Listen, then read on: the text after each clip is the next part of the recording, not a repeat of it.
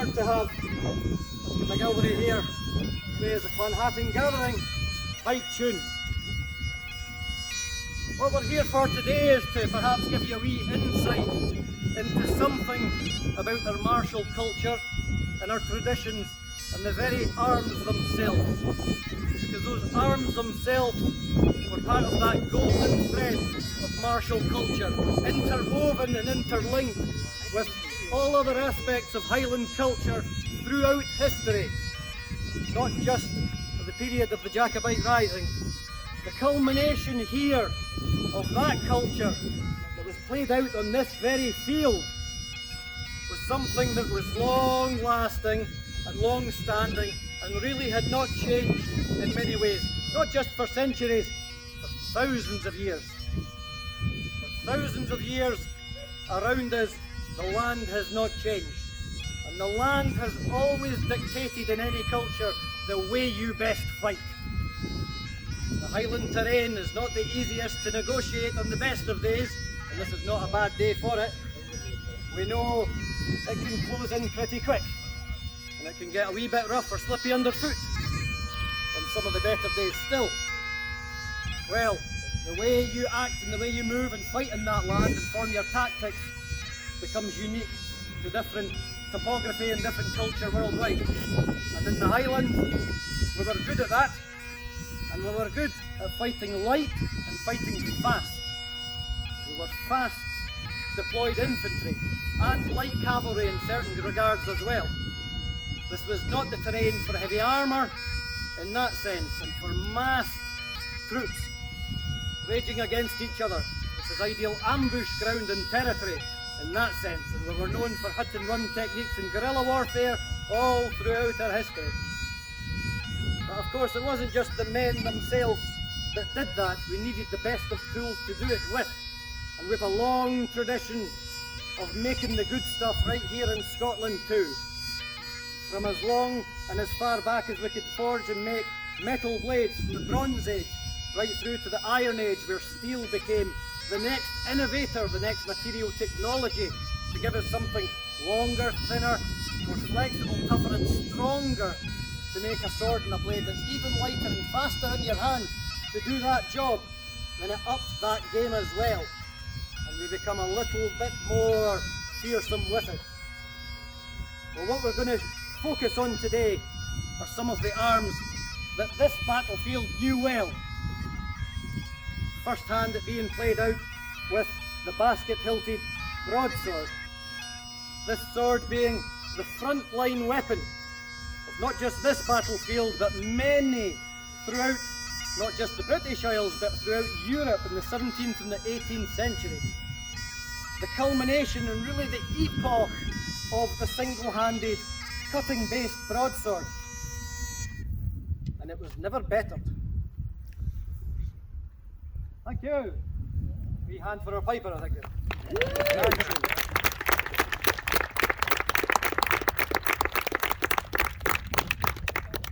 One of the many tunes that celebrated our martial culture that way, and the people that made it, the people that made their names by the sword through history, the battles that were played out in the lands around us, and the outcomes of them.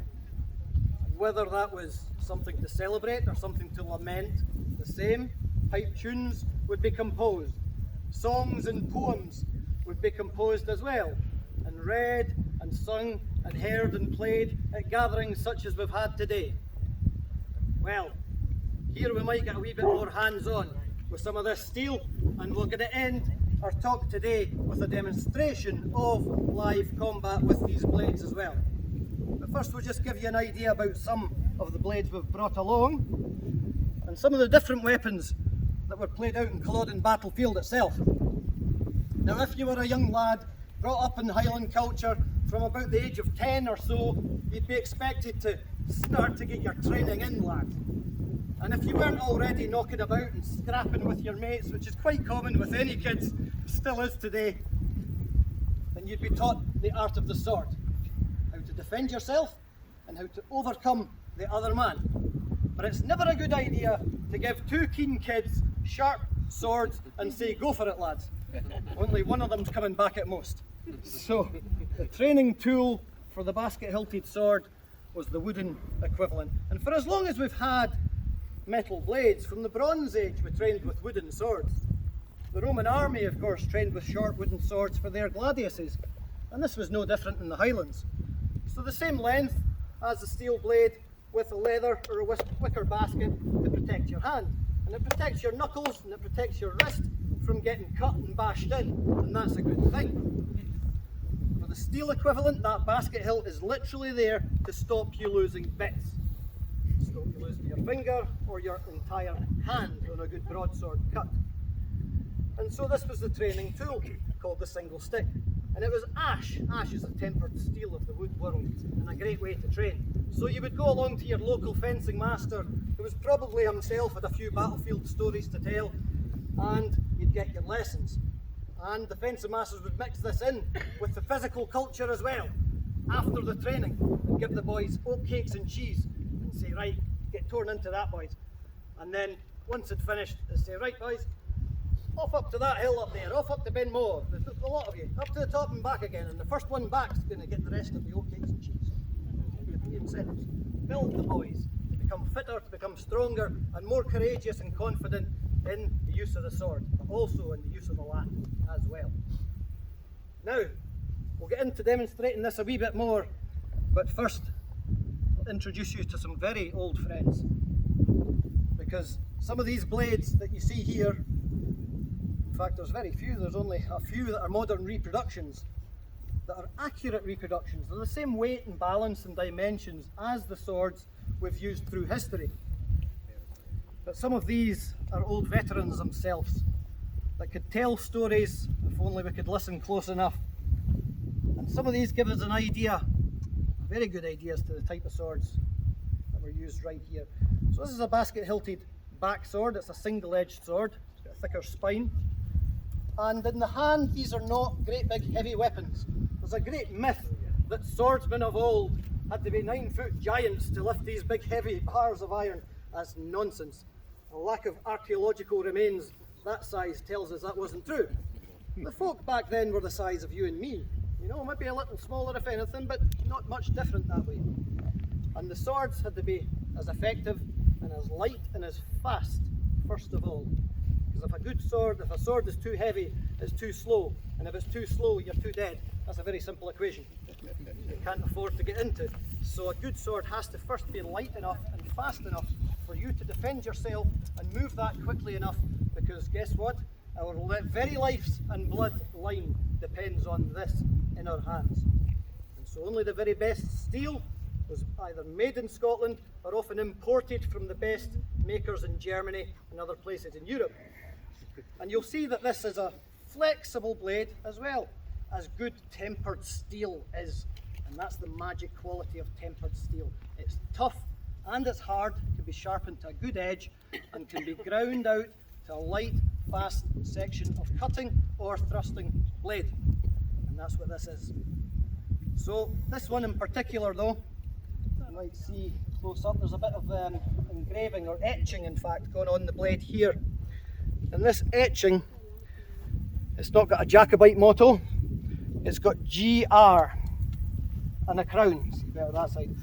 And GR of course was for George, King George.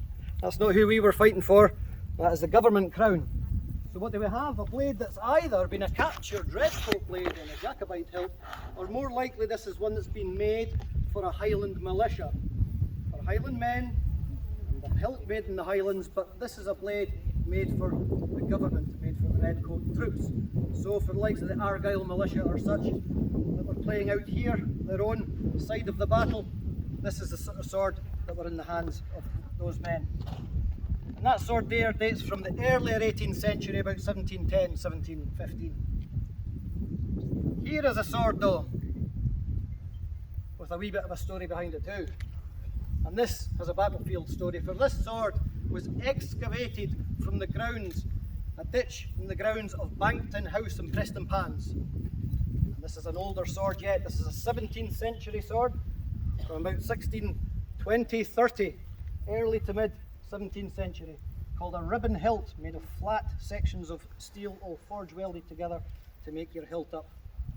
A good cutting sword, this one, and no doubt it's played a part in that battle of Prestonpans in 1745.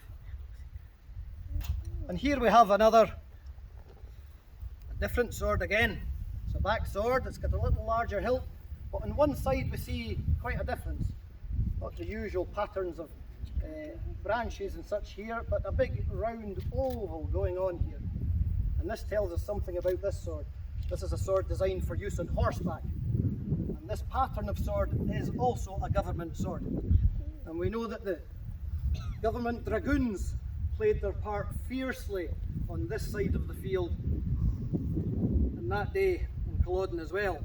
And this is exactly the type of sword that they carried there. Why the big round ring? There's a bit of a myth about this. Some people will say that this was for putting the reins of your horse into, so you could hold it and control your horse, but it's not very practical when it comes to doing that. You're on horseback and you're in the midst of it and it's all kicking off and the battle's closing in around you. You need to be able to control your sword, but when you need to control your horse, it's important to switch from one to the other quickly. And the easiest way to do that, if this is your dominant sword and suddenly you've got to be over there quickly, switch hands and your fingers go into that loop right there. Simply grab your hilt without interruption, you control your horse, get them away to where you need to be, and then you can scabbard your sword at your convenience when you have a bit of time to do that. But there's an old piece here that tells his own stories from his own origins. And here is a sword from 1680, 1690, late 17th century. It was once in the hands of a rather famous Highlander by the name of Rob Roy MacGregor. This is a sword that MacGregor himself handed to his landlord on his deathbed, who was a McLaren, and it was in that McLaren line till a couple of generations ago. It went to a wee family in Moydart. And this is a sword that could tell stories, for Rob Roy MacGregor was a man of the sword. He had honour himself to uphold, he had business interests to uphold, by way of reaving cattle, an ancient tradition in the Highlands. It wasn't seen as dodgy at all, in fact. You got a way to train your boys in going over numerous glens to come back with dozens or hundreds of cattle under the cover of darkness, and if it did kick off, you had to be prepared to fight and defend yourself if you had to. That's no easy thing to do. And the young lads were trained in what was known as the School of the Moon in these arts as well. Essentially, it's the same tactics as small-scale raiding forces or special forces used today. Rob Roy MacGregor was bested in the end by also one of the best swordsmen in Scotland, Charles Stewart of Ardshiel. Two good swordsmen crossed blades, but the sparks could fly and more. Well, that was the last duel that MacGregor fought, and he wasn't killed in that duel. It ended in the way that most Highland encounters ended. That wasn't a wee scratch. The scratches don't count in this game. Also, what culture do we live in? We don't want to just go around lopping bits off each other and killing each other too. Because whatever the cause of a single combat, of sorting the business out by steel on a one-on-one basis, if you kill the boy, then guess what? His family is now gunning for you and your family, and things escalate. Things escalate because word still spreads quick in the Highlands. The old lassies down the glen know what you're doing before you've even done it. And so you had to be careful about the way you went about your business, and there was a way to secure that in martial combat in the Highlands, and that was the first good cut. Arbitrary as that, but clear enough, the first good cut. Because you know when you receive a good cut with a sword that's good enough to end the fight, and you can put your sword away and say, well done, let's go and have a drink. Because if the fight didn't start in the pub, it still does today, some traditions die hard, it had to end in the pub. Drink was actually part of our martial culture too, because you know in putting the swords away, and we'll get that patched up, you know, and we'll sit down over our drams, and when you start to relax that way, you know if everything's okay between you, because that becomes an important part of your story to tell as well. That we had some drams and he was fine with it. The story is ended and business is concluded. Well, the combat was often carried out with a single hand swords like these, but of course other weapons came into play in the Highlands too. We were the last warrior culture in Europe use the two-handed sword. Great effect. We were the last warrior culture in Europe to use the sword and shield in combination as well. These things had died out in Europe in the 16th century. But the land hadn't changed, the tactics hadn't changed, and so the old ways still worked well. And the two-handed sword, known somewhat as the claymore, like this, the Highland great sword, which is not as big as most people think, only comes up to about your sternum, your chin, no bigger than that, and is certainly not as heavy as most people imagine too. These swords were somewhere between £5 and £6 generally in weight, which in the two hands about you allows you to wield that sword with great effect and speed in all directions about you. That's a good way to clear a pub. Short time. For chucking out time, that can be a handy tool. But on the battlefield, these were fearsome. The full weight and momentum behind a blow like this would do more than take off just a hand, or an arm, or a leg, or a head. There are accounts in battle of men being cleanly cut into with a sword like this. And last played out in the battlefield of Killiecrankie in great numbers were these swords, where that was accounted to happen. Well, we liked our bigger weapons in some ways in the Highlands too, and this was another, again, mainstay of Highland martial combat, the Lochaber axe. The Lochaber axe is a tremendous weapon. Again, these are not heavy blades, they're actually quite thin, even though they're broad. And so you can start to wield them, move them about with a decent amount of force and heft behind your swings too. Now, there are some myths about weapons, so let's address some of these, shall we? Because the internet can be a dodgy place. Not everything's true. And there's always myths about swords, and I say the first myth about the swords is that they were great big heavy things wielded by strong men. That's not true. They were light and fast. We know that. But what was some of the best myths I've seen about these, the reason for the hooks on the back, somebody said it was for scaling walls and climbing up. Not so practical. But a hook in the back like this is a very practical use on the battlefield. It's one of the fastest ways to oblige a horseman to dismount. And you don't need to be nuanced about your technique in doing this either. If you've got a horseman closing in on you, or you close into them, and you smash the back of that into him and just rake it back towards the ground, guess what? You oblige him to dismount. And then after that, the job is easier done as he's lying there and flailing to get back up. So a simple tool for a simple job, and one that could be used in different measures, but the longest striking measure right out here, which keeps you safer against a shorter arm, and it can be used in at that sword measure a bit closer, or even right in here, effectively in at dagger fighting, or close combat unarmed, and we can use the blade in a lot of different ways for hooking and striking in that close as well. So a great all-rounder when it came to having a pagger, or a Lochaber axe. But well, I'm sure you didn't all come out here in this glorious heat today just to hear us rattle on about shiny things. I'm sure you might want to see a wee bit of this played out firsthand as well. That's if you